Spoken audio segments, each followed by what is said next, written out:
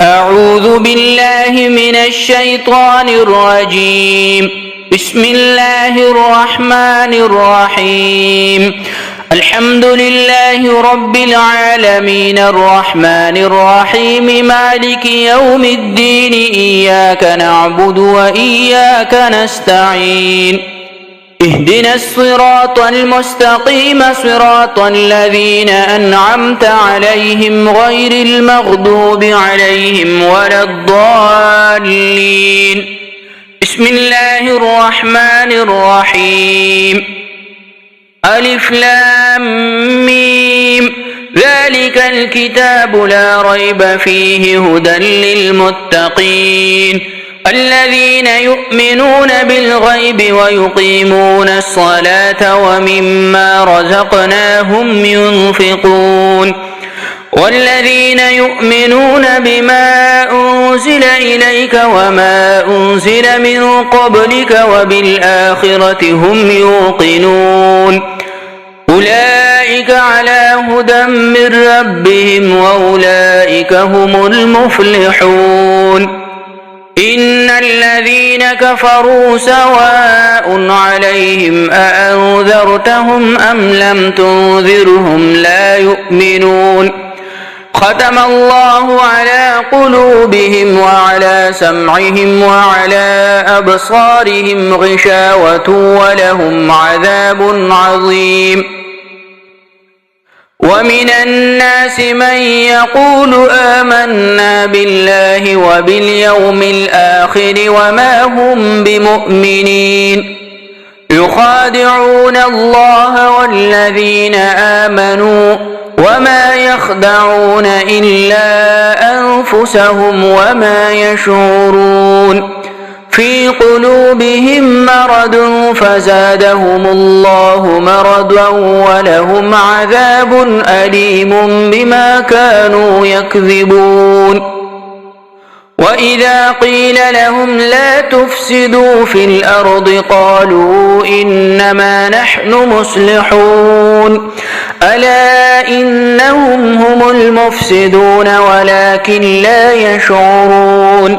وإذا قيل لهم آمنوا كما آمن الناس قالوا أنؤمن كما آمن السفهاء ألا إنهم هم السفهاء ولكن لا يعلمون. وإذا لقوا الذين آمنوا قالوا آمنا وإذا خلوا إلى شياطينهم قالوا إنا معكم إنما نحن مستهزئون.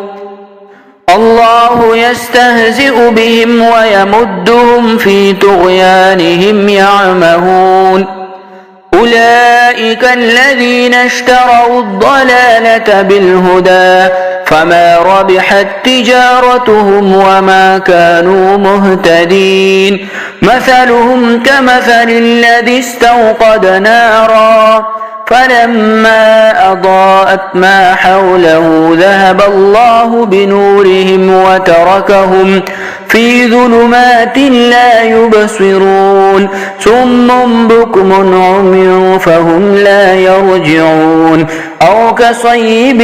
من السماء فيه ظلمات ورعد وبرق يجعلون أصابعهم في آذانهم من الصواعق حذر الموت والله محيط بالكافرين. يكاد البرق يخطف أبصارهم كلما أضاء لهم مشوا فيه وإذا أظلم عليهم قاموا ولو شاء الله لذهب بسمعهم وأبصارهم إن الله على كل شيء قدير. يا أيها الناس اعبدوا ربكم الذي خلقكم والذين من قبلكم لعلكم تتقون. الذي جعل لكم الأرض فراشا والسماء بناء وأنزل من السماء ماء فأخرج به من الثمرات رزقا لكم فلا تجعلوا لله أندادا وأنتم تعلمون وإن كنتم في ريب مما نزلنا على عبدنا فأتوا بسورة من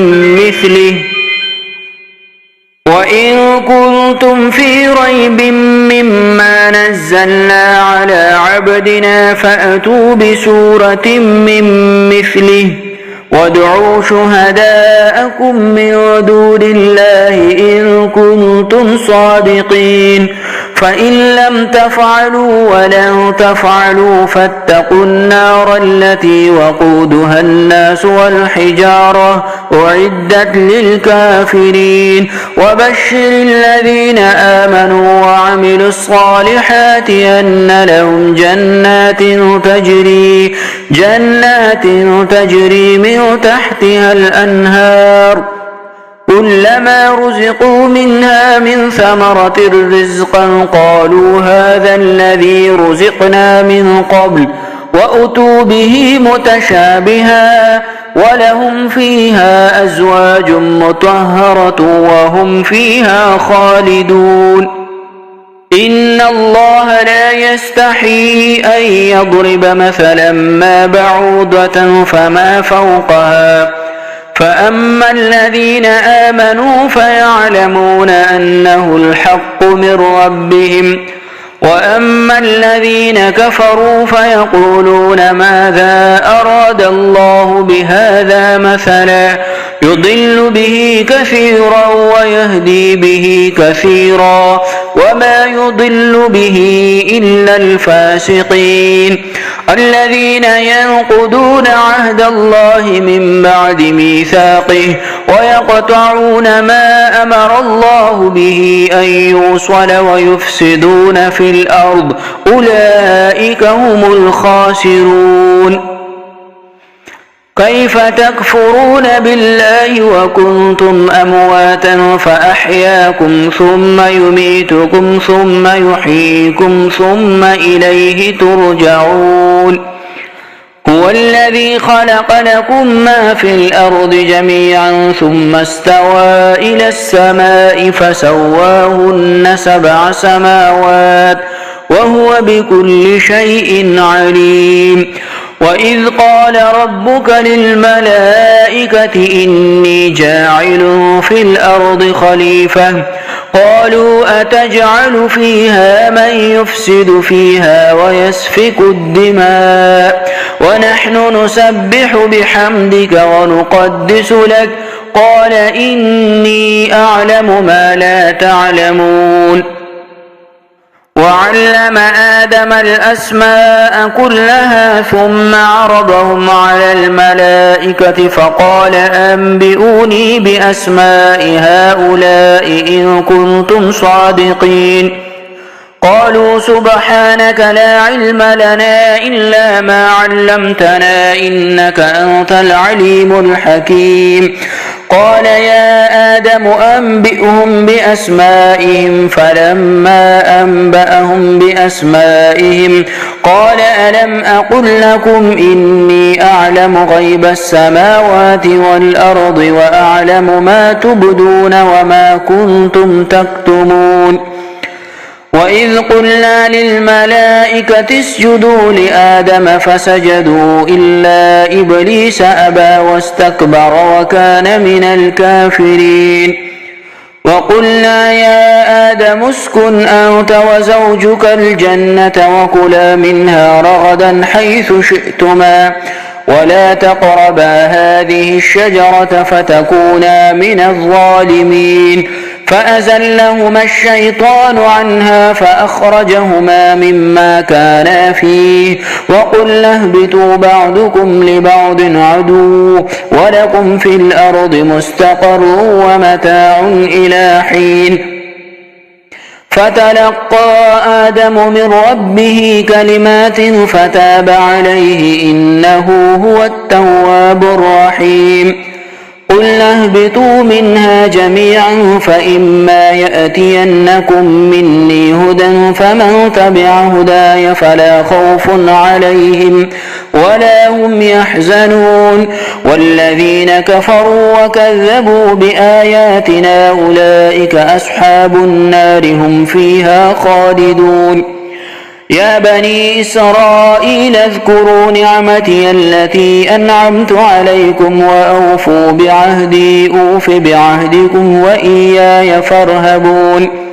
وآمنوا بما أنزلت مصدقا لما معكم ولا تكونوا أول كافر به ولا تشتروا بآياتي ثمنا قليلا وإياي فاتقون ولا تلبسوا الحق بالباطل وتكتموا الحق وأنتم تعلمون وأقيموا الصلاة وآتوا الزكاة واركعوا مع الراكعين أتأمرون الناس بالبر وتنسون أنفسكم وأنتم تتلون الكتاب أفلا تعقلون واستعينوا بالصبر والصلاة وإنها لكبيرة إلا على الخاشعين الذين يظنون أنهم ملاقو ربهم وأنهم إليه راجعون يا بني إسرائيل اذكروا نعمتي التي أنعمت عليكم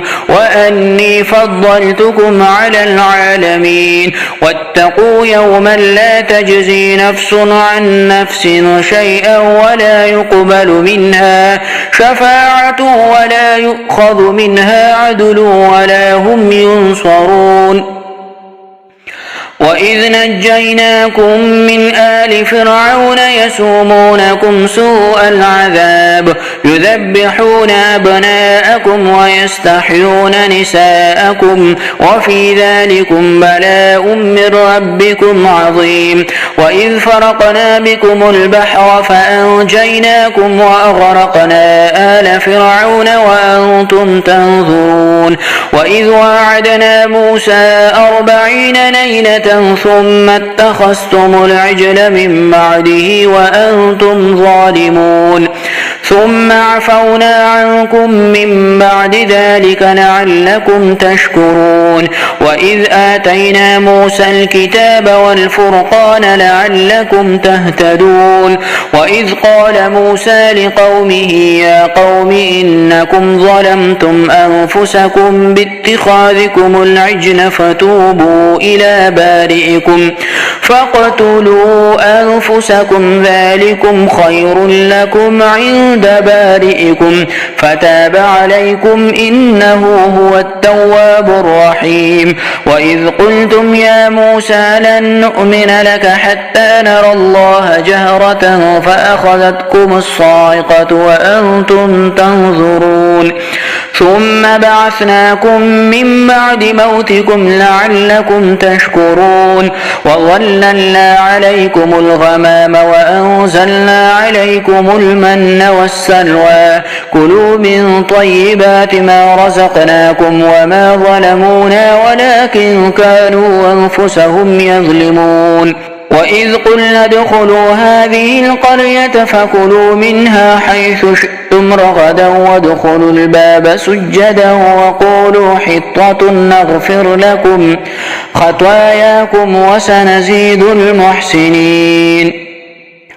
فبدل الذين ظلموا قولا غير الذي قيل لهم فأنزلنا على الذين ظلموا رجزا من السماء بما كانوا يفسقون وإذ استسقى موسى لقومه فقلنا اضرب بعصاك الحجر فانفجرت منه 12 عينا قد علم كل أناس مشربهم كلوا واشربوا من رزق الله ولا تعثوا في الأرض مفسدين وإذ قلتم يا موسى لن نصبر على طعام واحد فادع لنا ربك يخرج لنا مما تنبت الأرض من بقلها وقثائها وفومها وعدسها وبصلها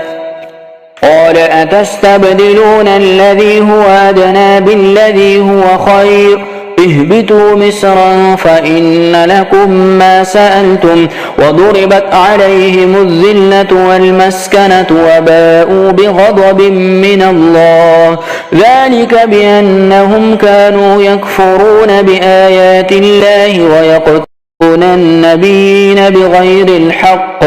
ذلك بما عصوا وكانوا يعتدون إن الذين آمنوا والذين هادوا والنصارى والصابئين من آمن بالله واليوم الآخر وعمل صالحا فلهم أجرهم عند ربهم ولا خوف عليهم ولا هم يحزنون وإذ أخذنا ميثاقكم ورفعنا فوقكم الطور خذوا ما آتيناكم بقوة واذكروا ما فيه لعلكم تتقون ثم توليتم من بعد ذلك فلولا فضل الله عليكم ورحمته لكنتم من الخاسرين ولقد علمتم الذين اعتدوا منكم في السبت فقلنا لهم كونوا قردة خاسئين فجعلناها نكالا لما بين يديها وما خلفها وموعظة للمتقين وإذ قال موسى لقومه إن الله يأمركم أن تذبحوا بقرة قالوا أتتخذنا هزوا قال أعوذ بالله أن أكون من الجاهلين قالوا ادع لنا ربك يبين لنا ما هي قال إنه يقول إنها بقرة لا فارض ولا بكر عوان بين ذلك فافعلوا ما تؤمرون قالوا ادع لنا ربك يبين لنا ما لونها قال إنه يقول إنها بقرة صفراء فاقع لونها تسر الناظرين قالوا ادع لنا ربك يبين لنا ما هي إن البقرة شابه علينا وإنا إن شاء الله لمهتدون قال إنه يقول إنها بقرة لا ذلول تثير الأرض ولا تسقي الحرث مسلمة لا شية فيها قالوا الآن جئت بالحق فذبحوها وما كادوا يفعلون وإذ قتلتم نفسا فادارأتم فيها والله مخرج ما كنتم تكتمون فقلنا اضربوه ببعضها كذلك يحيي الله الموتى ويريكم آياته لعلكم تعقلون ثم قست قلوبكم من بعد ذلك فهي كالحجارة أو أشد قسوة وإن من الحجارة لما يتفجر منه الأنهار وإن منها لما يشقق فيخرج منه الماء وإن منها لما يهبط من خشية الله وما الله بغافل عما تعملون أفتطمعون أن يؤمنوا لكم وقد كان فريق منهم يسمعون كلام الله ثم يحرفونه من بعد ما عقلوه وهم يعلمون وإذا لقوا الذين آمنوا قالوا آمنا وإذا خلا بعضهم إلى بعض قالوا وتحدثونهم بما فتح الله عليكم ليحاجوكم به عند ربكم أفلا تعقلون أولا يعلمون أن الله يعلم ما يسرون وما يعلنون ومنهم أميون لا يعلمون الكتاب إلا أماني وإن هم إلا يظنون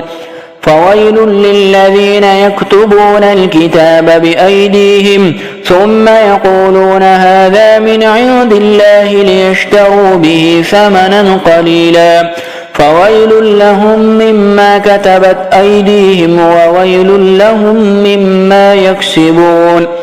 وقالوا لن تمسنا النار إلا أياما معدودة قل أتخذتم عند الله عهدا فلن يخلف الله عهده أم تقولون على الله ما لا تعلمون بلى من كسب سيئة وأحاطت به خطيئته فأولئك أصحاب النار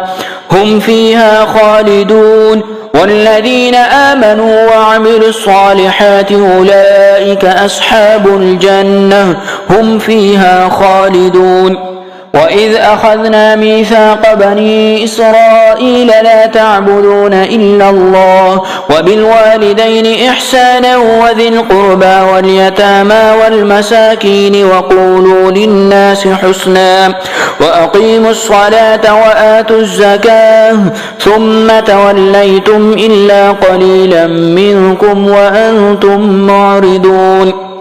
وإذ أخذنا ميثاقكم لا تسفكون دماءكم ولا تخرجون أنفسكم من دياركم ثم أقررتم وأنتم تشهدون ثم أنتم هؤلاء تقتلون أنفسكم وتخرجون فريقا منكم من ديارهم تظاهرون عليهم بالإثم والعدوان وإن يأتوكم أسارى تفادوهم وهو محرم عليكم إخراجهم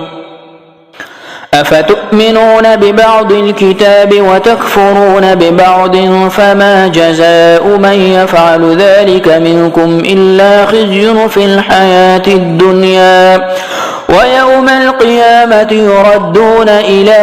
أشد العذاب وما الله بغافل عما تعملون أولئك الذين اشتروا الحياة الدنيا بالآخرة فلا يخفف عنهم العذاب ولا هم ينصرون ولقد آتينا موسى الكتاب وقفينا من بعده بالرسل وآتينا عيسى ابن مريم البينات وأيدناه بروح القدس أفكلما جاءكم رسول بما لا تهوى أنفسكم استكبرتم ففريقا كذبتم وفريقا تقتلون وقالوا قلوبنا غلف بل لعنهم الله بكفرهم فقليلا ما يؤمنون ولما جاءهم كتاب من عند الله مصدق لما معهم وكانوا من قبل يستفتحون على الذين كفروا فلما جاءهم ما عرفوا كفروا به فلعنة الله على الكافرين بئس ما اشتروا به أنفسهم أن يكفروا بما أنزل الله بغيا أن ينزل الله من فضله على من يشاء من عباده فباءوا بغضب على غضب وللكافرين عذاب مهين وإذا قيل لهم آمنوا بما أنزل الله قالوا نؤمن بما أنزل علينا ويكفرون بما وراءه وهو الحق مصدقا لما معهم قل فلم تقتلون أنبياء الله من قبل إن كنتم مؤمنين ولقد جاءكم موسى بالبينات ثم اتخذتم العجل من بعده وأنتم ظالمون وإذ أخذنا ميثاقكم ورفعنا فوقكم الطور خذوا ما آتيناكم بقوة واسمعوا قالوا سمعنا وعصينا وأشربوا في قلوبهم العجل بكفرهم قل بئس ما يأمركم به إيمانكم إن كنتم مؤمنين قل إن كانت لكم الدار الآخرة عند الله خالصة من دون الناس فتمنوا الموت إن كنتم صادقين ولن يتمنوه أبدا بما قدمت أيديهم والله عليم بالظالمين ولتجدنهم أحرص الناس على حياة ومن الذين أشركوا يود أحدهم لو يعمر 1000 سنة وما هو بمزحزحه من العذاب أن يعمر والله بصير بما يعملون قل من كان عدوا لجبريل فإنه نزله على قلبك بإذن الله مصدقا لما بين يديه وهدى وبشرى للمؤمنين من كان عدوا لله وملائكته ورسله وجبريل وميكال فإن الله عدو للكافرين ولقد أنزلنا إليك آيات بينات وما يكفر بها إلا الفاسقون أوكلما عاهدوا عهدا نبذه فريق منهم بل أكثرهم لا يؤمنون ولما جاءهم رسول من عند الله مصدق لما معهم نبذ فريق من الذين أوتوا الكتاب كتاب الله وراء ظهورهم كأنهم لا يعلمون واتبعوا ما تتلو الشياطين على ملك سليمان وما كفر سليمان ولكن الشياطين كفروا يعلمون الناس السحر وما أنزل على الملكين ببابل هاروت وماروت وما يعلمان من أحد حتى يقولا إنما نحن فتنة فلا تكفر فيتعلمون منهما ما يفرقون به بين المرء وزوجه وما هم بالضارين به من أحد إلا بإذن الله ويتعلمون ما يضرهم ولا ينفعهم ولقد علموا لمن اشتراه ما له في الآخرة من خلاق ولبئس ما شروا به أنفسهم لو كانوا يعلمون ولو أنهم آمنوا واتقوا لمثوبة من عند الله خير لو كانوا يعلمون يا أيها الذين آمنوا لا تقولوا راعنا وقولوا انظرنا واسمعوا وللكافرين عذاب أليم ما يود الذين كفروا من أهل الكتاب ولا المشركين أن ينزل عليكم من خير من ربكم والله يختص برحمته من يشاء والله ذو الفضل العظيم ما ننسخ من آية أو ننسها نأت بخير منها أو مثلها ألم تعلم أن الله على كل شيء قدير ألم تعلم أن الله له ملك السماوات والأرض وما لكم من دون الله من ولي ولا نصير أم تريدون أن تسألوا رسولكم كما سئل موسى من قبل ومن يتبدل الكفر بالإيمان فقد ضل سواء السبيل ود كثير من أهل الكتاب لو يردونكم من بعد إيمانكم كفارا حسدا من عند أنفسهم من بعد ما تبين لهم الحق فاعفوا واصفحوا حتى يأتي الله بأمره إن الله على كل شيء قدير وأقيموا الصلاة وآتوا الزكاة وما تقدموا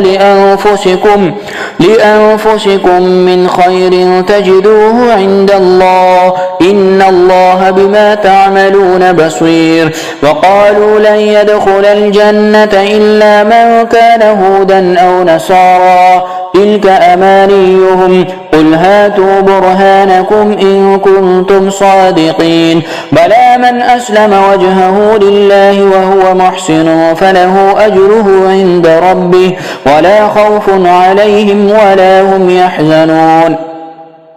وقالت اليهود ليست النصارى على شيء وقالت النصارى ليست اليهود على شيء وهم يتلون الكتاب كذلك قال الذين لا يعلمون مثل قولهم فالله يحكم بينهم يوم القيامة فيما كانوا فيه يختلفون ومن أظلم ممن منع مساجد الله أن يذكر فيها اسمه وسعى في خرابها أولئك ما كان لهم أن يدخلوها إلا خائفين لهم في الدنيا خزي ولهم في الآخرة عذاب عظيم ولله المشرق والمغرب فأينما تولوا فثم وجه الله إن الله واسع عليم. وقالوا اتخذ الله ولدا سبحانه بل له ما في السماوات والأرض كل له قانتون بديع السماوات والأرض وإذا قضى أمرا فإنما يقول له كن فيكون. وقال الذين لا يعلمون لولا يكلمنا الله أو تأتينا آية كذلك قال الذين من قبلهم مثل قولهم تشابهت قلوبهم قد بينا الآيات لقوم يوقنون إنا أرسلناك بالحق بشيرا ونذيرا ولا تسأل عن أصحاب الجحيم. ولا ترضى عنك اليهود ولا النصارى حتى تتبع ملتهم قل إن هدى الله هو الهدى ولئن اتبعت أهواءهم بعد الذي جاءك من العلم ما لك من الله من ولي ولا نصير. الذين آتيناهم الكتاب يتلونه حق تلاوته أولئك يؤمنون به ومن يكفر به فأولئك هم الخاسرون. يا بني إسرائيل اذكروا نعمتي التي أنعمت عليكم وأني فضلتكم على العالمين واتقوا يوما لا تجزي نفس عن نفس شيئا ولا يقبل منها عدل ولا تنفعها شفاعة ولا هم ينصرون.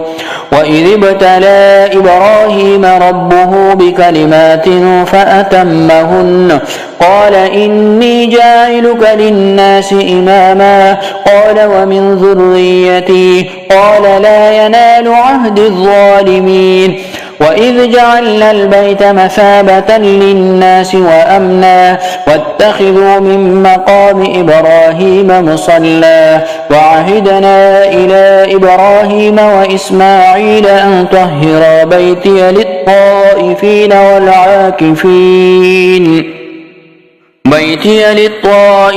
والعاكفين والركع السجود. وإذ قال إبراهيم رب اجعل هذا بلدا آمنا وارزق أهله من الثمرات من آمن منهم بالله واليوم الآخر قال ومن كفر فأمتعه قليلا ثم أضطره إلى عذاب النار وبئس المصير.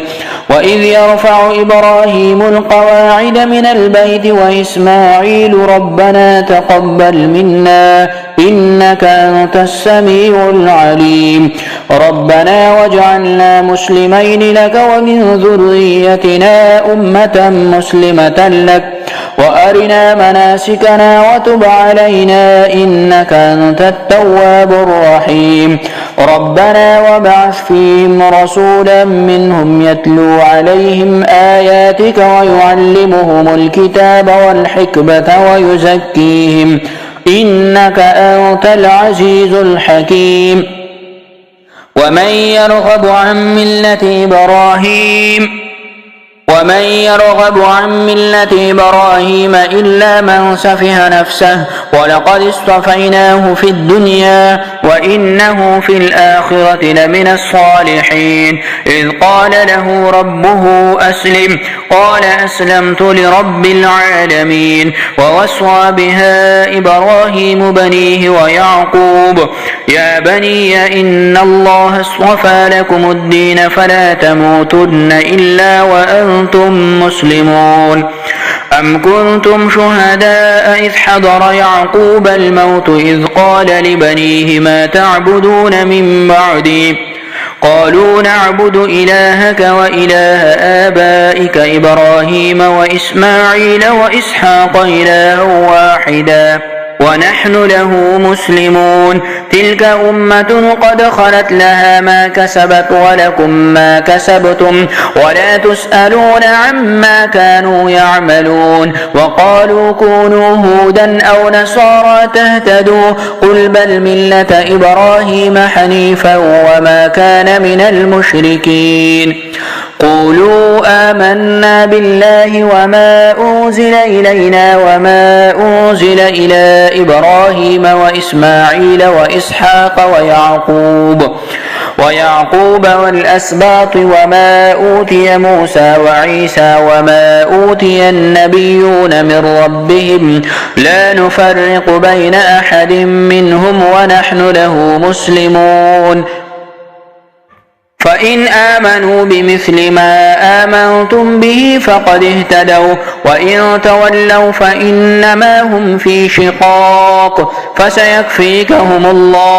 فسيكفيكهم الله وهو السميع العليم صبغة الله ومن أحسن من الله صبغة ونحن له عابدون قل أتحاجوننا في الله وهو ربنا وربكم ولنا أعمالنا ولكم أعمالكم ونحن له مخلصون أم تقولون إن إبراهيم وإسماعيل وإسحاق ويعقوب والأسباط كانوا هودا أو نصارى قل أأنتم أعلم أم الله ومن أظلم ممن كتم شهادة عنده من الله وما الله بغافل عما تعملون تلك أمة قد خلت لها ما كسبت ولكم ما كسبتم ولا تسألون عما كانوا يعملون أعوذ بالله من الشيطان الرجيم بسم الله الرحمن الرحيم سيقول السفهاء من الناس ما ولاهم عن قبلتهم التي كانوا عليها قل لله المشرق والمغرب يهدي من يشاء إلى صراط مستقيم وكذلك جعلناكم أمة وسطا لتكونوا شهداء على الناس ويكون الرسول عليكم شهيدا وما جعلنا القبلة التي كنت عليها إلا لنعلم من يتبع الرسول ممن ينقلب على عقبيه وإن كانت لكبيرة إلا على الذين هدى الله وما كان الله ليضيع إيمانكم إن الله بالناس لرؤوف رحيم قد نرى تقلب وجهك في السماء فلنولينك قبلة ترضاها فول وجهك شطر المسجد الحرام وحيث ما كنتم فولوا وجوهكم شطره وإن الذين أوتوا الكتاب ليعلمون أنه الحق من ربهم وما الله بغافل عما يعملون ولئن أتيت الذين أوتوا الكتاب بكل آية ما تبعوا قبلتك وما أنت بتابع قبلة بعض ولئن اتبعت أهواءهم من بعد ما جاءك من العلم إنك إذا لمن الظالمين الذين آتيناهم الكتاب يعرفونه كما يعرفون أبناءهم وإن فريقا منهم ليكتمون الحق وهم يعلمون الحق من ربك فلا تكونن من الممترين ولكل وجهة هو موليها فاستبقوا الخيرات أينما تكونوا يأت بكم الله جميعا إن الله على كل شيء قدير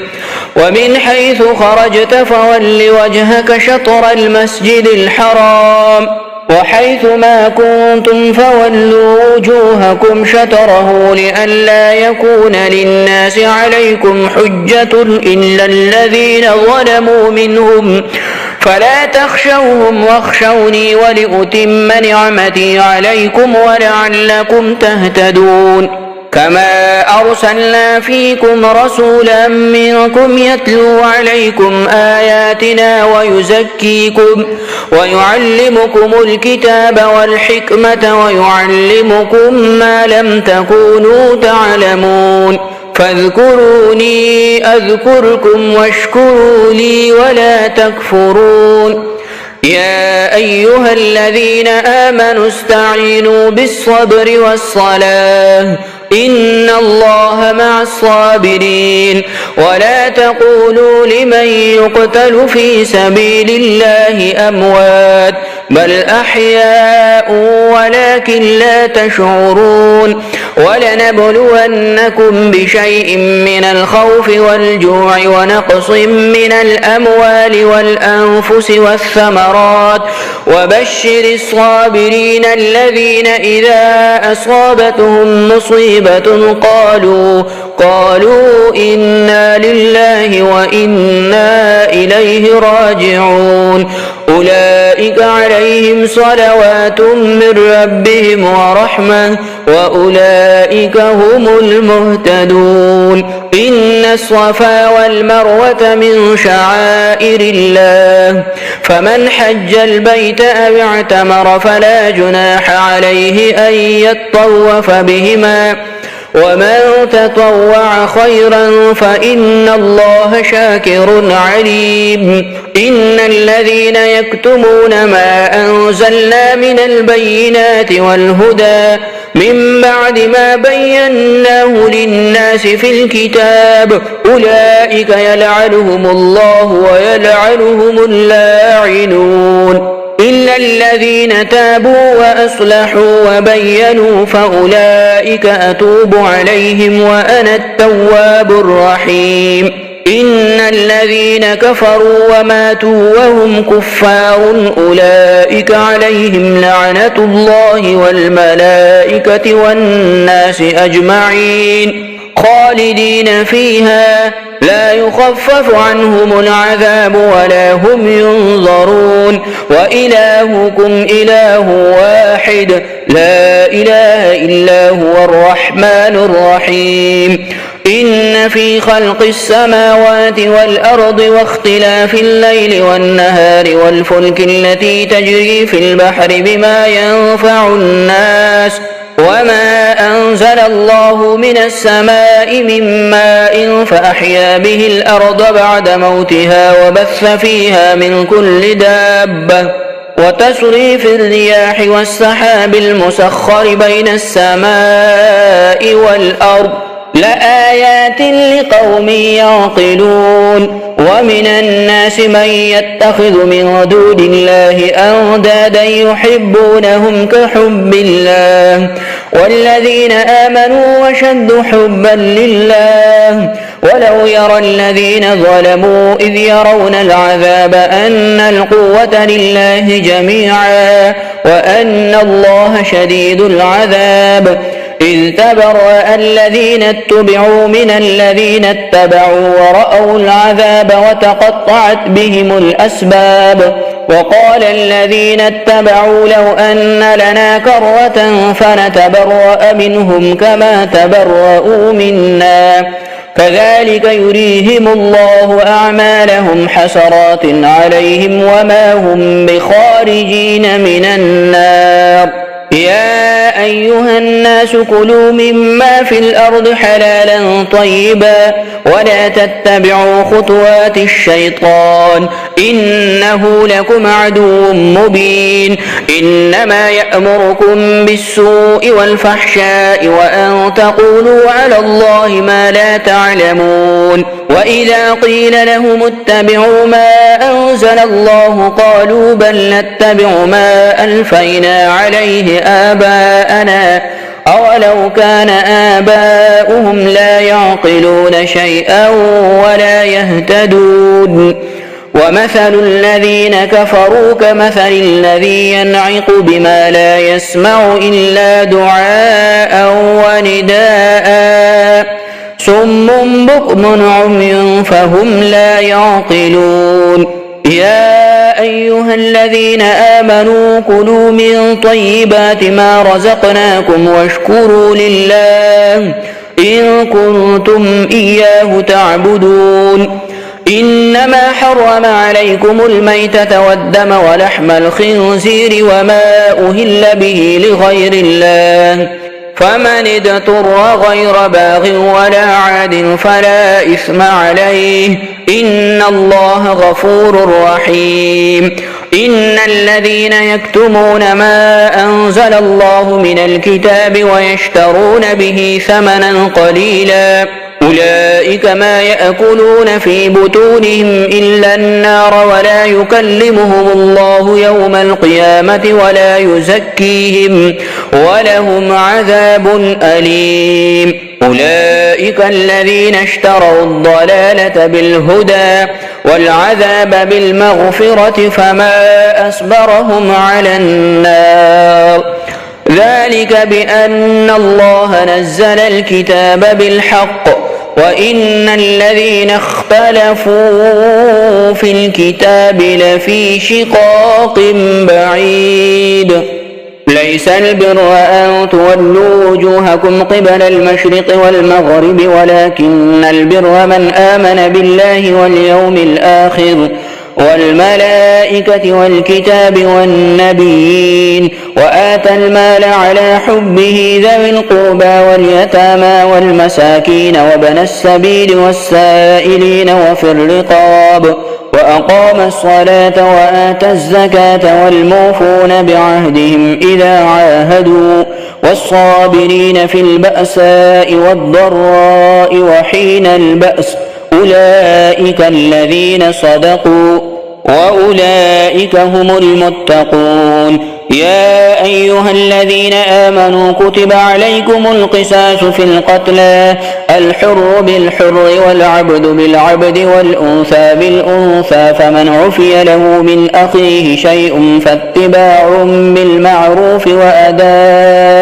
وأداء إليه بإحسان ذلك تخفيف من ربكم ورحمة فمن اعتدى بعد ذلك فله عذاب أليم ولكم في القصاص حياة يا أولي الألباب لعلكم تتقون كتب عليكم إذا حضر أحدكم الموت إن ترك خيرا الوصية للوالدين والأقربين بالمعروف حقا على المتقين فمن بدله بعدما سمعه فإنما إثمه على الذين يبدلونه إن الله سميع عليم فمن خاف من موص جنفا أو إثما فأصلح بينهم فلا إثم عليه إن الله غفور رحيم يا أيها الذين آمنوا كتب عليكم الصيام كما كتب على الذين من قبلكم لعلكم تتقون أياما معدودات فمن كان منكم مريضا أو على سفر فعدة من أيام أخر وعلى الذين يطيقونه فدية طعام مسكين فمن تطوع خيرا فهو خير له وأن تصوموا خير لكم إن كنتم تعلمون شهر رمضان الذي أنزل فيه القرآن هدى للناس وبينات من الهدى والفرقان فمن شهد منكم الشهر فليصمه ومن كان مريضا أو على سفر فعدة من أيام أخر يريد الله بكم اليسر ولا يريد بكم العسر ولتكملوا العدة ولتكبروا الله على ما هداكم ولعلكم تشكرون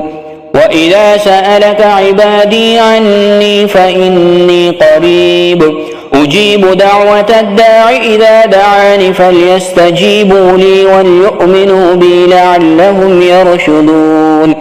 أحل لكم ليلة الصيام الرفث إلى نسائكم هن لباس لكم وأنتم لباس لهن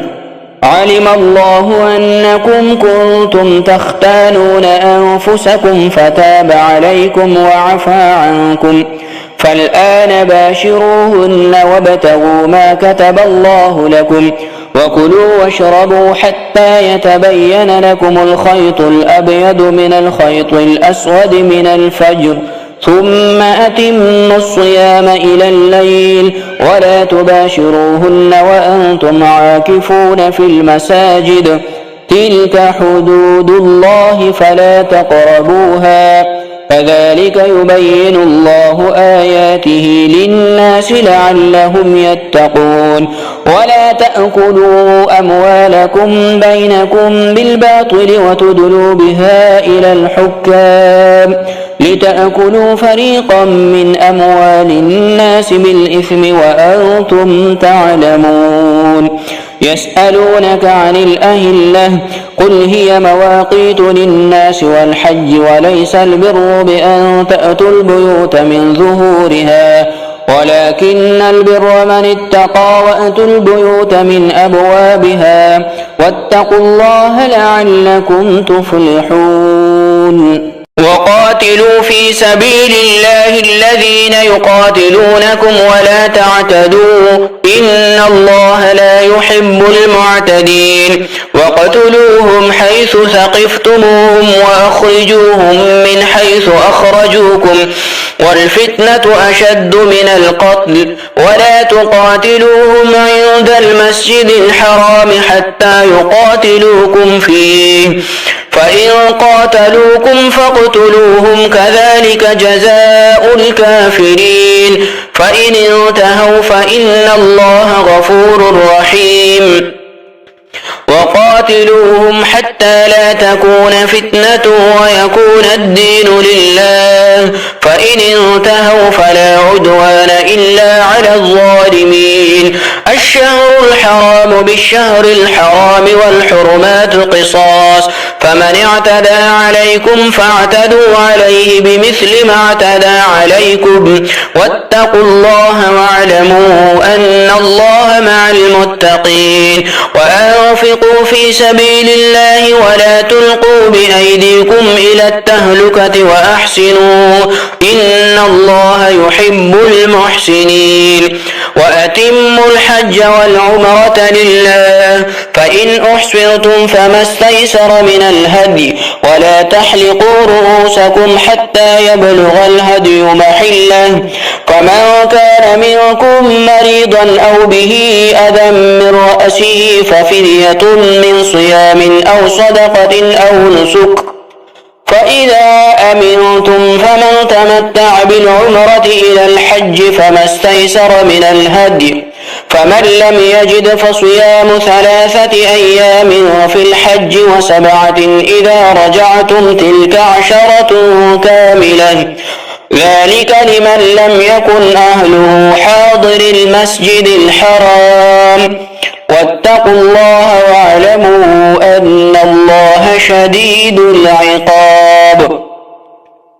الحج أشهر معلومات فمن فرض فيهن الحج فلا رفث ولا فسوق ولا جدال في الحج وما تفعلوا من خير يعلمه الله وتزودوا فإن خير الزاد التقوى واتقون يا أولي الألباب ليس عليكم جناح أن تبتغوا فضلا من ربكم فإذا أفضتم من عرفات فاذكروا الله عند المشعر الحرام واذكروه كما هداكم وإن كنتم من قبله لمن الضالين ثم أفيضوا من حيث أفاض الناس واستغفروا الله إن الله غفور رحيم فإذا قضيتم مناسككم فاذكروا الله كذكركم آباءكم أو أشد ذكرا فمن الناس من يقول ربنا آتنا في الدنيا وما له في الآخرة من خلاق ومنهم من يقول ربنا آتنا في الدنيا حسنة وفي الآخرة حسنة وقنا عذاب النار أولئك لهم نصيب مما كسبوا والله سريع الحساب واذكروا الله في أيام معدودات فمن تعجل في يومين فلا إثم عليه ومن تأخر فلا إثم عليه لمن اتقى واتقوا الله واعلموا أنكم إليه تحشرون ومن الناس من يعجبك قوله في الحياة الدنيا ويشهد الله على ما في قلبه وهو ألد الخصام وإذا تولى سعى في الأرض ليفسد فيها ويهلك الحرث والنسل والله لا يحب الفساد. وإذا قيل له اتق الله أخذته العزة بالإثم فحسبه جهنم ولبئس المهاد. ومن الناس من يشري نفسه ابتغاء مرضات الله والله رؤوف بالعباد. يا أيها الذين آمنوا ادخلوا في السلم كافة ولا تتبعوا خطوات الشيطان إنه لكم عدو مبين. فإن زللتم من بعد ما جاءتكم البينات فاعلموا أن الله عزيز حكيم. هل ينظرون إلا أن يأتيهم الله في ظلل من الغمام والملائكة وقضي الأمر وإلى الله ترجع الأمور. سل بني إسرائيل كم آتيناهم من آية بينة ومن يبدل نعمة الله من بعد ما جاءته فإن الله شديد العقاب.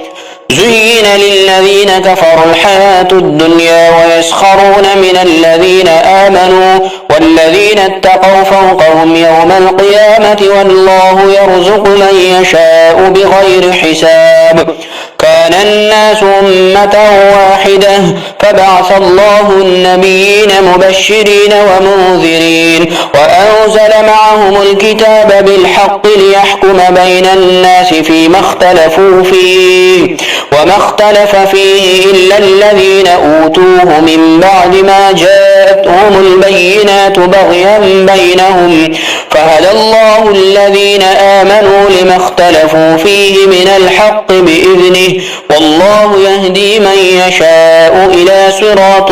مستقيم.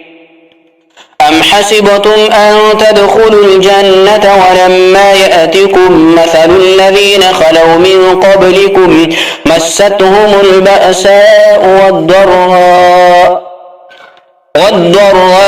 وزلزلوا حتى يقول الرسول والذين آمنوا معه متى نصر الله ألا إن نصر الله قريب. يسألونك ماذا ينفقون قل ما أنفقتم من خير فللوالدين والأقربين واليتامى والمساكين وابن السبيل وما تفعلوا من خير فإن الله به عليم. كتب عليكم القتال وهو كره لكم وعسى أن تكرهوا شيئا وهو خير لكم وعسى أن تحبوا شيئا وهو شر لكم والله يعلم وأنتم لا تعلمون. يسألونك عن الشهر الحرام قتال فيه قل قتال فيه كبير وصد عن سبيل الله وكفر به والمسجد الحرام وإخراج أهله منه أكبر عند الله والفتنة أكبر من القتل ولا يزالون يقاتلونكم حتى يردوكم عن دينكم إن استطاعوا ومن يرتد منكم عن دينه فيمت وهو كافر فأولئك حبطت أعمالهم في الدنيا والآخرة وأولئك أصحاب النار هم فيها خالدون. إن الذين آمنوا والذين هاجروا وجاهدوا في سبيل الله أولئك يرجون رحمة الله والله غفور رحيم. يسألونك عن الخمر والميسر قل فيهما إثم كبير ومنافع للناس وإثمهما أكبر من نفعهما ويسألونك ماذا ينفقون قل العفو كذلك يبين الله لكم الآيات لعلكم تتفكرون في الدنيا والآخرة. ويسألونك عن اليتامى قل إصلاح لهم خير وإن تخالطوهم فإخوانكم والله يعلم المفسد من المصلح ولو شاء الله لأعنتكم إن الله عزيز حكيم. ولا تنكحوا المشركات حتى يؤمن ولأمة مؤمنة خير من مشركة ولو أعجبتكم ولا تنكحوا المشركين حتى يؤمنوا ولعبد مؤمن خير من مشرك ولو أعجبكم أولئك يدعون إلى النار والله يدعو إلى الجنة والمغفرة بإذنه ويبين آياته للناس لعلهم يتذكرون ويسألونك عن المحيض قل هو أذى فاعتزلوا النساء في المحيض ولا تقربوهن حتى يطهرن فإذا تطهرن فأتوهن من حيث أمركم الله إن الله يحب التوابين ويحب المتطهرين نساؤكم حرث لكم فأتوا حرثكم أنى شئتم وقدموا لأنفسكم واتقوا الله واعلموا أنكم ملاقوه وبشر المؤمنين ولا تجعلوا الله عرضة لأيمانكم أن تبروا وتتقوا وتصلحوا بين الناس والله سميع عليم لا يؤاخذكم الله باللغو في أيمانكم ولكن يؤاخذكم بما كسبت قلوبكم والله غفور حليم للذين يؤلون من نسائهم تربص 4 أشهر فإن فاءوا فإن الله غفور رحيم وإن عزموا الطلاق فإن الله سميع عليم والمطلقات يتربصن بأنفسهن 3 قروء ولا يحل لهن أن يكتمن ما خلق الله في أرحامهن إن كن يؤمن بالله واليوم الآخر وبعولتهن أحق بردهن في ذلك إن أرادوا إصلاحا ولهن مثل الذي عليهن بالمعروف وللرجال عليهن درجة والله عزيز حكيم الطلاق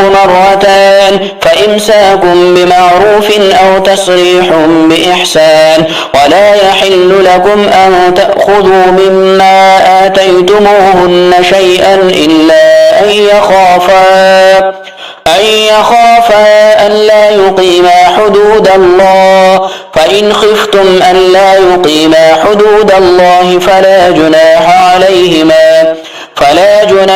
عليهما فيما افتدت به تلك حدود الله فلا تعتدوها ومن يتعد حدود الله فأولئك هم الظالمون فإن طلقها فلا تحل له من بعد حتى تنكح زوجا غيره فإن طلقها فلا جناح عليهما أن يتراجعا إن ظنا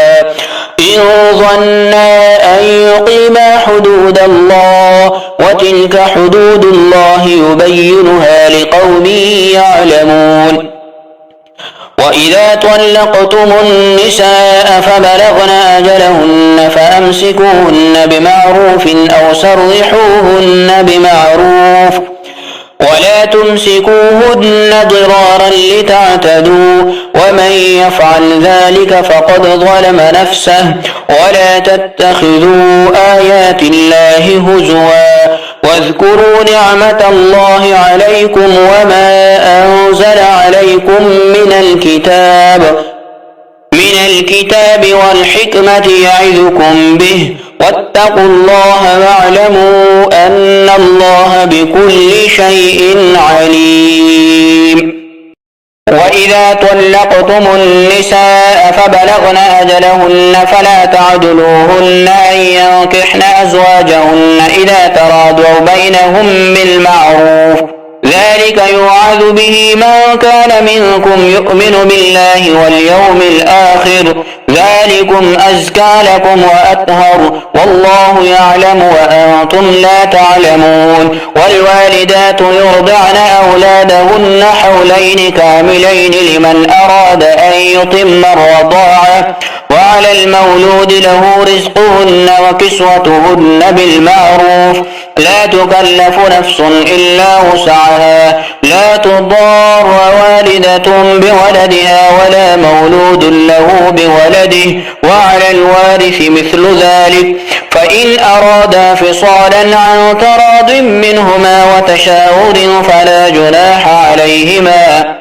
وإن أردتم أن تسترضعوا أولادكم فلا جناح عليكم إذا سلمتم ما آتيتم بالمعروف واتقوا الله واعلموا أن الله بما تعملون بصير والذين يتوفون منكم ويذرون أزواجا يتربصن بأنفسهن 4 أشهر و10 فإذا بلغن أجلهن فلا جناح عليكم فيما فعلن في أنفسهن بالمعروف والله بما تعملون خبير ولا جناح عليكم فيما عرضتم به من خطبة النساء أو أكننتم في أنفسكم علم الله أنكم ستذكرونهن ولكن لا تواعدوهن سرا إلا أن تقولوا قولا معروفا ولا تعزموا عقدة النكاح حتى يبلغ الكتاب أجله واعلموا أن الله يعلم ما في أنفسكم فاحذروه واعلموا أن الله غفور حليم لا جناح عليكم إن طلقتم النساء ما لم تمسوهن أو تفردوا لهن فريضة ومتعوهن على الموسع قدره وعلى المقتر قدره متاعا بالمعروف حقا على المحسنين وإن طلقتموهن من قبل أن تمسوهن وقد فرضتم لهن فريضة فنصف ما فرضتم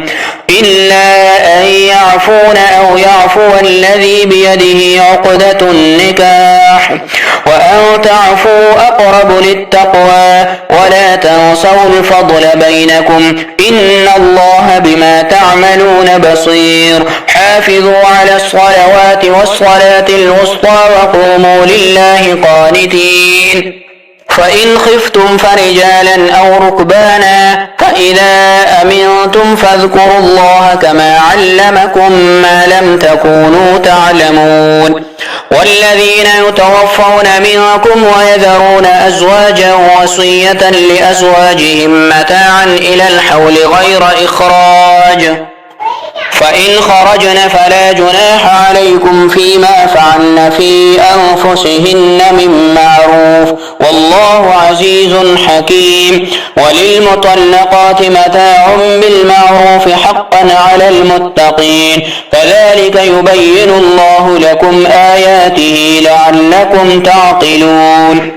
ألم تر إلى الذين خرجوا من ديارهم وهم ألوف حذر الموت فقال لهم الله موتوا ثم أحياهم إن الله لذو فضل على الناس ولكن أكثر الناس لا يشكرون وقاتلوا في سبيل الله واعلموا أن الله سميع عليم من ذا الذي يقرض الله قرضا حسنا فيضاعفه له أضعافا كثيرة والله يقبض ويبسط وإليه ترجعون ألم تر إلى الملأ من بني إسرائيل من بعد موسى إذ قالوا لنبي له ابعث لنا ملكا نقاتل في سبيل الله قال هل عسيتم إن كتب عليكم القتال ألا تقاتلوا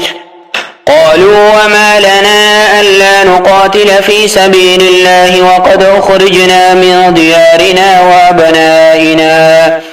فلما كتب عليهم القتال تولوا إلا قليلا منهم والله عليم بالظالمين وقال لهم نبيهم إن الله قد بعث لكم طالوت ملكا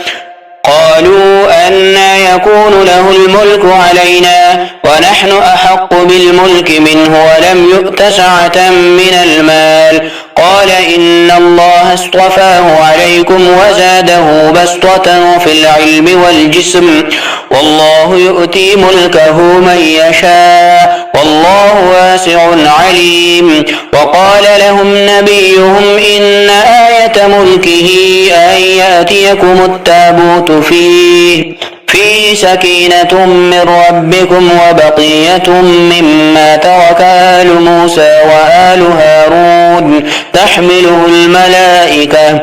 إن في ذلك لآية لكم إن كنتم مؤمنين. فلما فصل طالوت بالجنود قال إن الله مبتليكم بنهر فمن شرب منه فليس مني ومن لم يطعمه فإنه مني إلا من اغترف غرفة بيده فشربوا منه إلا قليلا منهم. فلما جاوزه هو والذين آمنوا معه قالوا لا طاقة لنا اليوم بجالوت وجنوده. قال الذين يظنون أنهم ملاقوا الله كم من فئة قليلة غلبت فئة كثيرة بإذن الله والله مع الصابرين. ولما برزوا لجالوت وجنوده قالوا ربنا أفرغ علينا صبرا وثبت أقدامنا وانصرنا على القوم الكافرين فهزموهم بإذن الله. وقتل داود جالوت وآتاه الله الملك والحكمة وعلمه مما يشاء ولولا دفع الله الناس بعضهم ببعض لفسدت الأرض ولكن الله ذو فضل على العالمين. تلك آيات الله نتلوها عليك بالحق وإنك لمن المرسلين. أعوذ بالله من الشيطان الرجيم. بسم الله الرحمن الرحيم. تلك الرسل فضلنا بعضهم على بعض منهم من كلم الله ورفع بعضهم درجات وآتينا عيسى ابن مريم البينات وأيدناه بروح القدس ولو شاء الله ما اقتتل الذين من بعدهم من بعد ما جاءتهم البينات ولكن اختلفوا فمنهم من آمن ومنهم من كفر ولو شاء الله ما اقتتلوا ولكن الله يفعل ما يريد. يا أيها الذين آمنوا أنفقوا مما رزقناكم من قبل أن يأتي يوم لا بيع فيه ولا خلة ولا شفاعة والكافرون هم الظالمون. الله لا إله إلا هو الحي القيوم لا تأخذه سنة ولا نوم له ما في السماوات وما في الأرض من ذا الذي يشفع عنده إلا بإذنه يعلم ما بين أيديهم وما خلفهم ولا يحيطون بشيء من علمه إلا بما شاء وسع كرسيه السماوات والأرض ولا يؤوده حفظهما وهو العلي العظيم. لا إكراه في الدين قد تبين الرشد من الغي فمن يكفر بالطاغوت ويؤمن بالله فقد استمسك بالعروة الوثقى لا انفصام لها والله سميع عليم. الله ولي الذين آمنوا يخرجهم من الظلمات إلى النور والذين كفروا أولياؤهم الطاغوت يخرجونهم من النور إلى الظلمات أولئك أصحاب النار هم فيها خالدون ألم تر إلى الذي حاج إبراهيم في ربه أن آتاه الله الملك إذ قال إبراهيم ربي الذي يحيي ويميت قال أنا أحيي وأميت قال إبراهيم فإن الله يأتي بالشمس من المشرق فأت بها من المغرب فبهت الذي كفر والله لا يهدي القوم الظالمين أو كالذي مر على قرية وهي خاوية على عروشها قال أنى يحيي هذه الله بعد موتها فأماته الله 100 عام ثم بعثه قال كم لبثت قال لبثت يوما أو بعض يوم قال بل لبثت 100 عام فانظر إلى طعامك وشرابك لم يتسنه وانظر إلى حمارك ولنجعلك آية للناس وانظر إلى العظام كيف ننشزها ثم نكسوها لحما فلما تبين له قال أعلم أن الله على كل شيء قدير وإذ قال إبراهيم رب أرني كيف تحيي الموتى قال أولم تؤمن قال بلى ولكن ليطمئن قلبي قال فخذ 4 من الطير فصرهن إليك ثم اجعل على كل جبل منهن جزءا ثم ادعهن يأتينك سعيا واعلم أن الله عزيز حكيم مثل الذين ينفقون أموالهم في سبيل الله كمثل حبة أنبتت 7 سنابل في كل سنبلة 100 حبة والله يضاعف لمن يشاء والله واسع عليم الذين ينفقون أموالهم في سبيل الله ثم لا يتبعون ما أنفقوا منا ولا أذى لهم أجرهم عند ربهم ولا خوف عليهم ولا هم يحزنون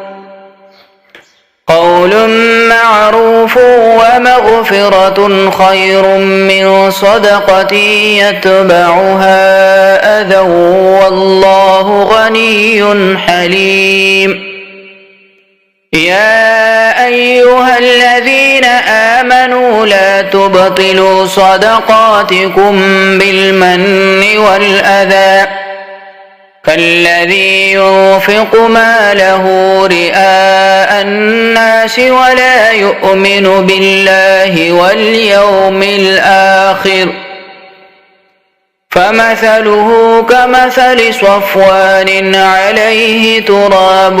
فأصابه وابل فتركه صلدا لا يقدرون على شيء مما كسبوا والله لا يهدي القوم الكافرين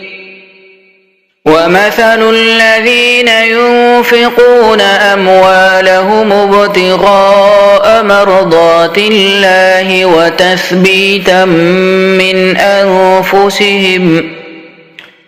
كمثل جنة بربوة أصابها وابل فآتت أكلها ضعفين فإن لم يصبها وابل فطل والله بما تعملون بصير أيود أحدكم أن تكون له جنة من نخيل وأعناب تجري من تحتها الأنهار له فيها من كل الثمرات وأصابه الكبر وله ذرية ضعفاء فأصابها إعصار فيه نار فاحترقت كذلك يبين الله لكم الآيات لعلكم تتفكرون يا أيها الذين آمنوا أنفقوا من طيبات ما كسبتم ومما أخرجنا لكم من الأرض ولا تيمموا الخبيث منه تنفقون ولستم بآخذيه إلا أن تغمدوا فيه واعلموا أن الله غني حميد الشيطان يعدكم الفقر ويأمركم بالفحشاء والله يعدكم مغفرة منه وفضلا والله واسع عليم يؤتي الحكمة من يشاء ومن يؤت الحكمة فقد أوتي خيرا كثيرا وما يذكر إلا أولو الألباب وما أنفقتم من نفقة أو نذرتم من نذر فإن الله يعلمه وما للظالمين من أنصار إن تبدوا الصدقات فنعما هي وإن تخفوها وتؤتوها الفقراء فهو خير لكم ويكفر عنكم من سيئاتكم والله بما تعملون خبير ليس عليك هداهم ولكن الله يهدي من يشاء وما تنفقوا من خير فلأنفسكم وما تنفقون إلا ابتغاء وجه الله وما تنفقوا من خير يوفى إليكم وأنتم لا تظلمون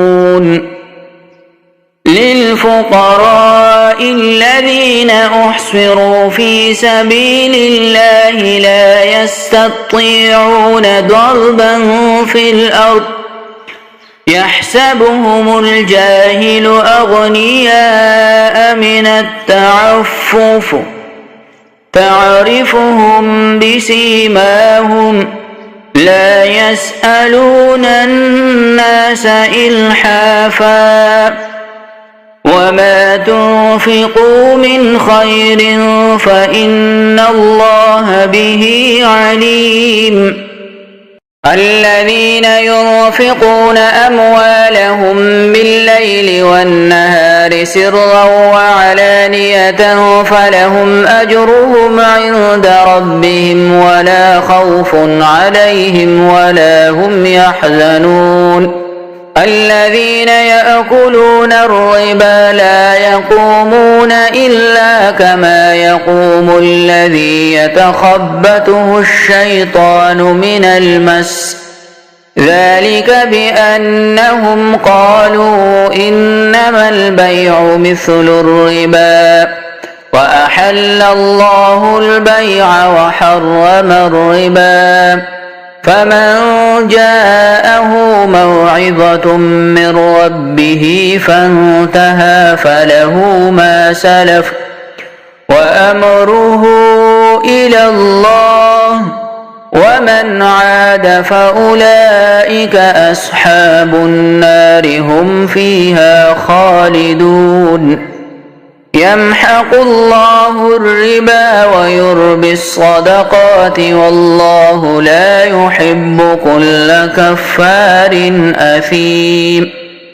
إن الذين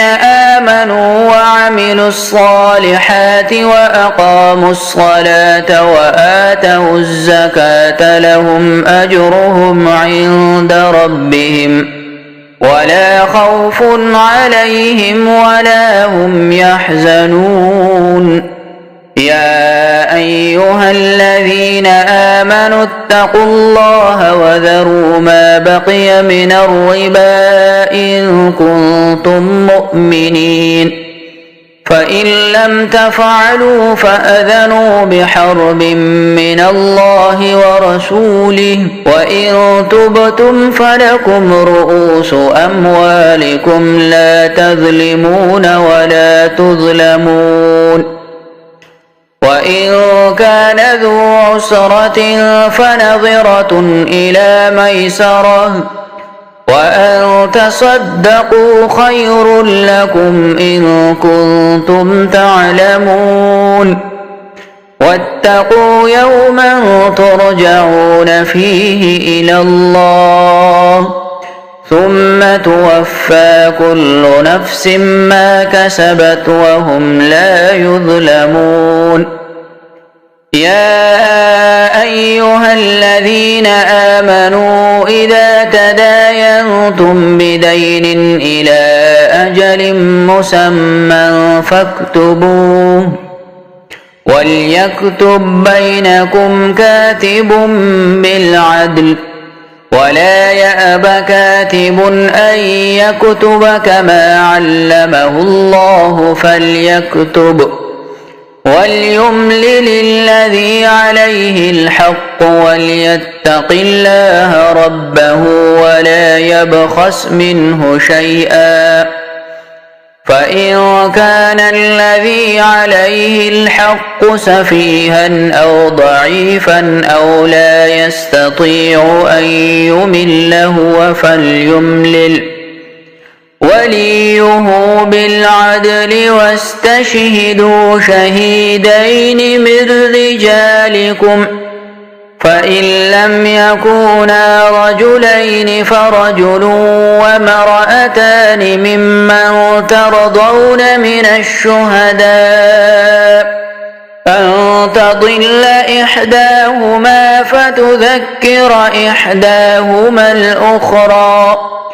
ولا يأبى الشهداء إذا ما دعوا، ولا تسأموا أن تكتبوه صغيرا أو كبيرا إلى أجله، ذلكم أقسط عند الله وأقوم للشهادة، وأدنى ألا ترتابوا إلا أن تكون تجارة حاضرة تديرونها بينكم، فليس عليكم جناح ألا تكتبوها، وأشهدوا إذا تبايعتم ولا يضار كاتب ولا شهيد،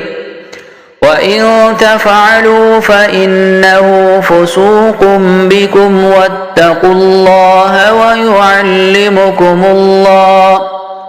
والله بكل شيء عليم. وإن كنتم على سفر ولم تجدوا كاتبا فرهان مقبوضة فإن أمن بعضكم بعضا فليؤد الذي اؤتمن أمانته وليتق الله ربه ولا تكتموا الشهادة ومن يكتمها فإنه آثم قلبه والله بما تعملون عليم. لله ما في السماوات وما في الأرض وإن تبدوا ما في أنفسكم أو تخفوه يحاسبكم به الله فيغفر لمن يشاء ويعذب من يشاء والله على كل شيء قدير. آمن الرسول بما أنزل إليه من ربه والمؤمنون كل آمن بالله وملائكته وكتبه ورسله لا نفرق بين أحد من رسله وقالوا سمعنا وأطعنا غفرانك ربنا وإليك المصير. لا يكلف الله نفسا إلا وسعها لها ما كسبت وعليها ما اكتسبت ربنا لا تؤاخذنا إن نسينا أو أخطأنا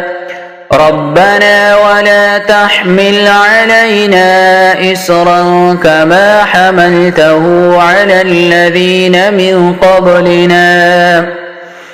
ربنا ولا تحملنا ما لا طاقة لنا به واعف عنا واغفر لنا وارحمنا أنت مولانا فانصرنا على القوم الكافرين. صدق الله العظيم.